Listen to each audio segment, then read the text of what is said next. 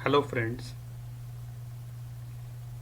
सी programming सीखने की series के अंदर आज एक बार फिर मैं आप सभी का अपने इस वीडियो के अंदर स्वागत करता हूं। तो अभी तक हमने किस तरह से सी का प्रोग्राम लिखने के लिए एनवायरनमेंट सेट करना है, किस एनवायरनमेंट के अंदर जैसे टर्बो सी प्लस प्लस के कंपाइलर के अंदर किस तरह का एनवायरनमेंट हमें नज़र आएगा जिसमें हमने सी का प्रोग्राम लिखना है, ये सभी हमने पिछले वीडियो के अंदर डिस्कस किया था। तो अब हमें एनवायरनमेंट का पता चल गया है, एनवायरनमेंट जिसके अंदर हमने अपना प्रोग्राम लिख के उसको एग्जीक्यूट करना है। इस वीडियो के अंदर अब हम प्रोग्राम जो कि सी लैंग्वेज का हमने लिखना है उसका जनरल स्ट्रक्चर देखेंगे और उसको पूरा डिटेल के अंदर हम डिस्कस करेंगे, क्योंकि यही स्ट्रक्चर है सी प्रोग्राम को लिखने का जिसको हमने फॉलो करना है सी के सभी प्रोग्राम्स लिखते हुए। और साथ में हम एक सी का फर्स्ट प्रोग्राम, एक सैम्पल प्रोग्राम, एक सिंपल प्रोग्राम देखेंगे जिससे हमें पता चलेगा कि प्रोग्राम को लिखते कैसे हैं। तो आज के ये दो लर्निंग ऑब्जेक्टिव हमारे हैं। तो सबसे पहले structure of C language program. Structure क्या होता है कि किस तरह का पैटर्न हम यूज़ करेंगे अपने प्रोग्राम को लिखने के लिए, किस तरह के रूल्स एंड रेगुलेशंस फॉलो करेंगे हम अपने प्रोग्राम को लिखने के लिए, उसको हम बोलते हैं सी लैंग्वेज का स्ट्रक्चर। तो सी लैंग्वेज के अंदर किसी भी प्रोग्राम को लिखते हुए इस स्ट्रक्चर के सभी फेजेस को हमें ध्यान में रखना पड़ेगा। इन फेजेस को हमें इम्प्लीमेंट करना पड़ेगा। तो ये कौन कौन से फेजेस हैं, कौन कौन से सेक्शंस हैं, ये हम डिस्कस कर रहे हैं। तो इसमें सबसे पहला सेक्शन है डॉक्यूमेंटेशन सेक्शन, दूसरा है लिंक सेक्शन, तीसरा डेफिनेशन सेक्शन, चौथा सेक्शन है ग्लोबल डिक्लेरेशन सेक्शन, पांचवा है फंक्शन प्रोटोटाइप और डिक्लेरेशन सेक्शन, छठा है main function declaration section, main function definition section, और सातवां है different user defined function definition section. तो इन सभी सेक्शंस को कोई हमने इस तरह से रटना नहीं है, एक एक करके हम सभी सेक्शन को डिटेल में अभी आगे स्लाइड में डिस्कस करेंगे, विद एग्जांपल्स डिस्कस करेंगे। तो आप देख सकते हैं स्ट्रक्चर ऑफ सी प्रोग्राम, इसको सेक्शन वाइज हमने एक टेबल के अंदर सेट किया है जिसमें सभी सेक्शंस, उन सभी की डिस्क्रिप्शन और उन सब की एग्जाम्पल यहाँ पे मेंशन की हुई है। तो section by section C language के स्ट्रक्चर को हम डिस्कस कर रहे हैं।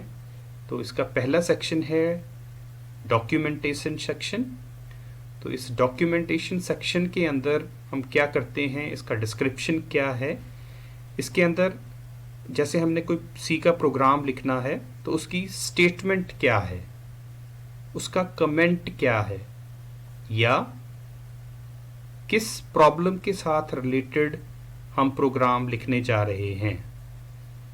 तो राइट स्लैश स्टार और स्टार राइट स्लैश के इन बिटवीन हम जो भी कैरेक्टर्स, जो भी वर्ड्स लिखेंगे वो हमारा होगा डॉक्यूमेंटेशन सेक्शन या कमेंट सेक्शन।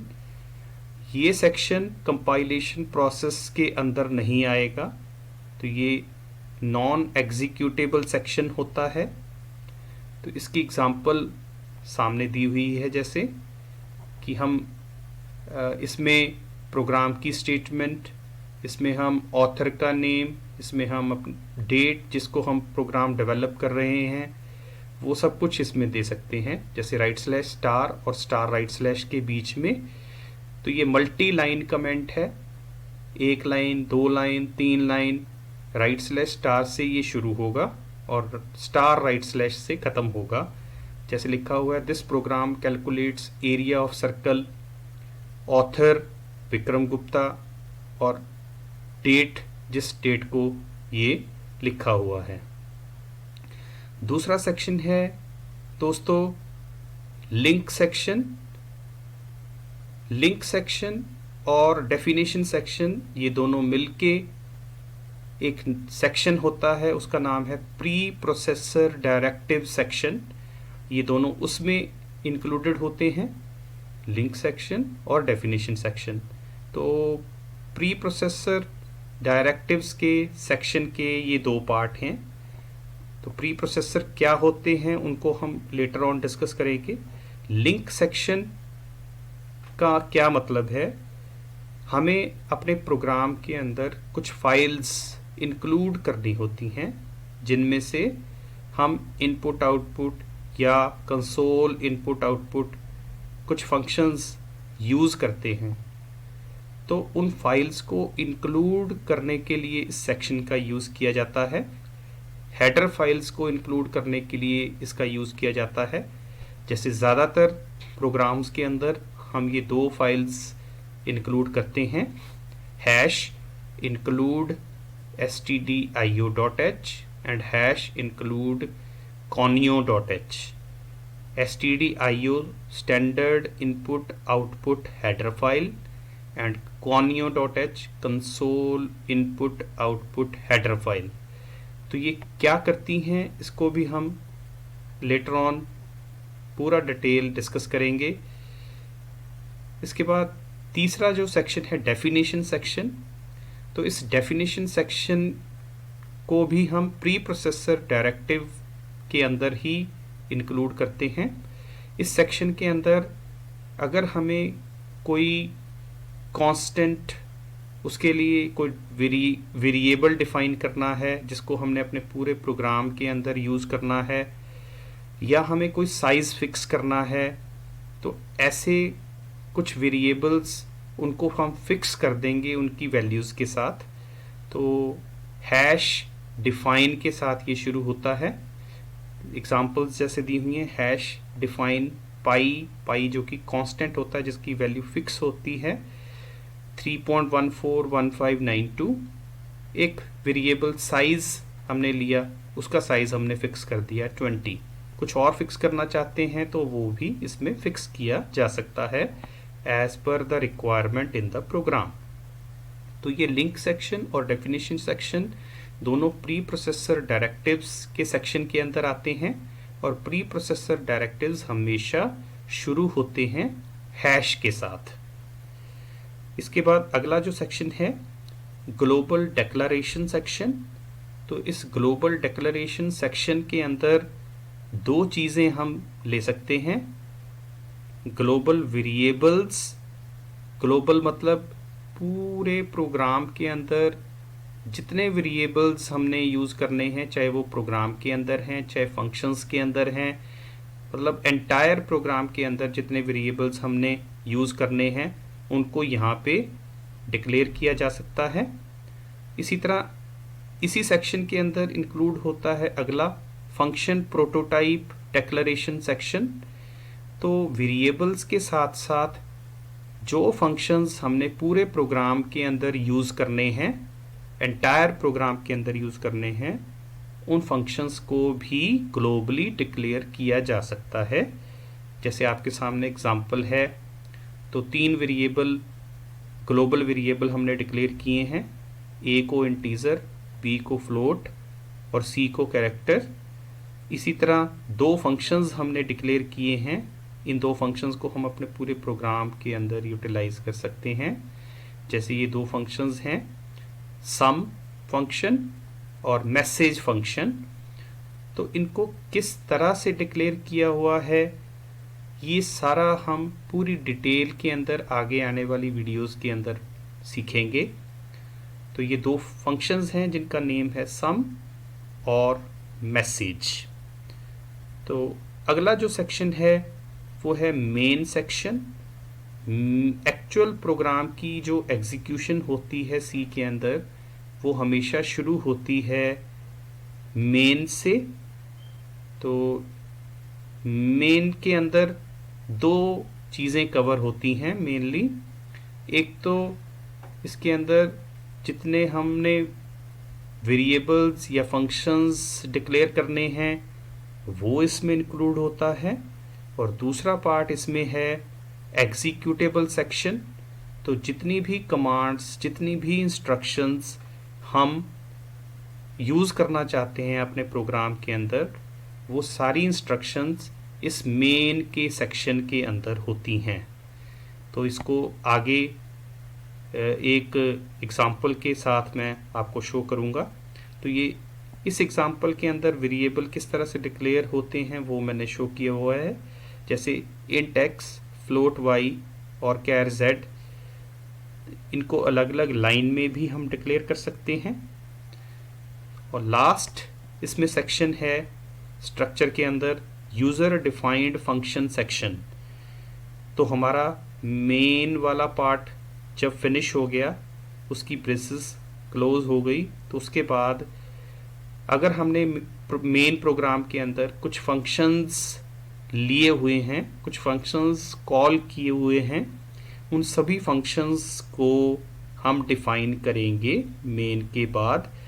जैसे एक function int function 1 braces begin braces close के साथ एक फंक्शन डिफाइन किया हुआ है, इस तरह से अगला अगर फंक्शन होगा फंक्शन 2, फंक्शन 3, जितने फंक्शंस होंगे एज पर रिक्वायरमेंट उनको हम डिफाइन कर सकते हैं। तो ये है सी का जनरल स्ट्रक्चर।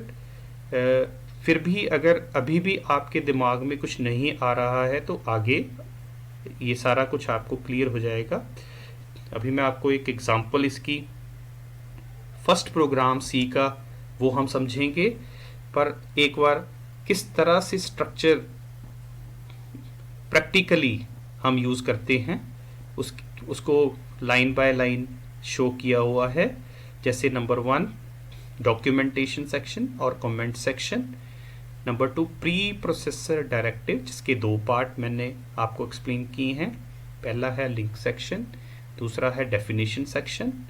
उसके बाद थर्ड सेक्शन है ग्लोबल वेरिएबल डिक्लेरेशन सेक्शन।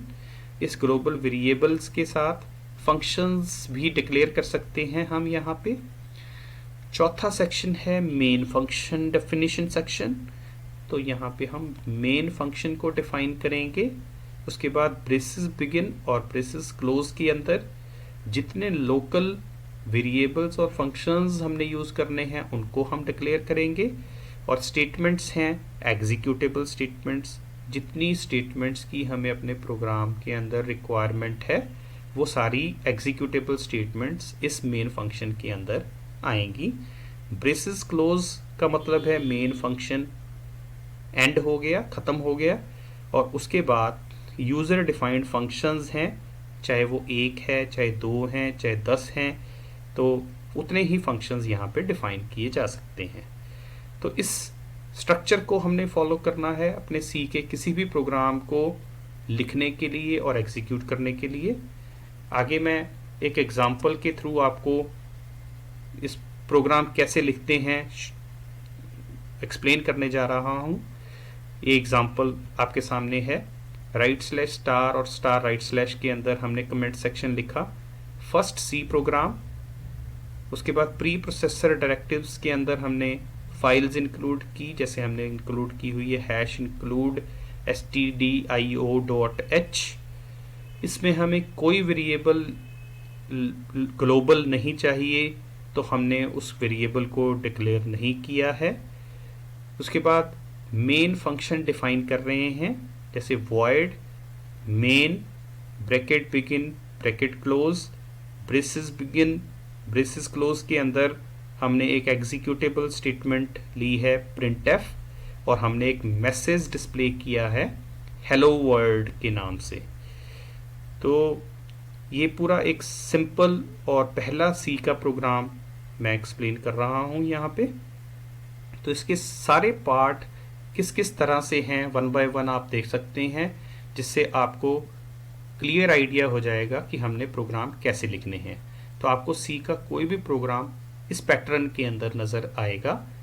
इस प्रोग्राम के अंदर हम फंक्शंस नहीं ले रहे हैं, आगे आने वाले वीडियोस के अंदर हम उन फंक्शंस को भी यूज़ करेंगे। तो आप देख सकते हैं पहली लाइन, लाइन 1, उससे पहले हमने एक कमेंट सेक्शन लिया हुआ है। तो उसके बाद फाइल इंक्लूड की है हमने stdio.h। तो ये प्री प्रोसेसर डायरेक्टिव का सेक्शन है। इस फाइल के अंदर stdio.h standard input output header file के अंदर इनपुट और आउटपुट से रिलेटेड फंक्शंस इंक्लूडेड होते हैं। जैसे हमने अपने प्रोग्राम के अंदर printf फंक्शन का यूज़ करना है तो हमें stdio.h फाइल को इंक्लूड करना पड़ेगा। तो अगली लाइन के अंदर हमने लिखा है void main। तो मैंने जैसे बताया आपको कि सी की प्रोग्राम की एग्जीक्यूशन हमेशा मेन से ही स्टार्ट होती है। तो सी का जो प्रोग्राम है उसमें अगर एक फंक्शन होगा तो it should be main function. इसके अलावा और भी जितने आप चाहें उतने फंक्शंस हम ले सकते हैं, पर मेन शुड बी देयर। तो इसको हम void मेन ले रहे हैं। void is a data type जिसको हमने आगे आने वाले वीडियो में डिस्कस करना है। पर void का मतलब है नथिंग और empty। इसका मतलब है कि मेन फंक्शन हमें कुछ भी रिटर्न नहीं करेगा।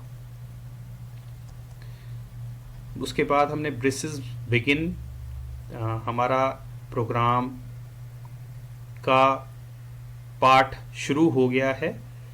ओपनिंग ब्रेसेस है ये, जिसके अंदर हमने सारी एग्जीक्यूटेबल स्टेटमेंट्स लिखनी है।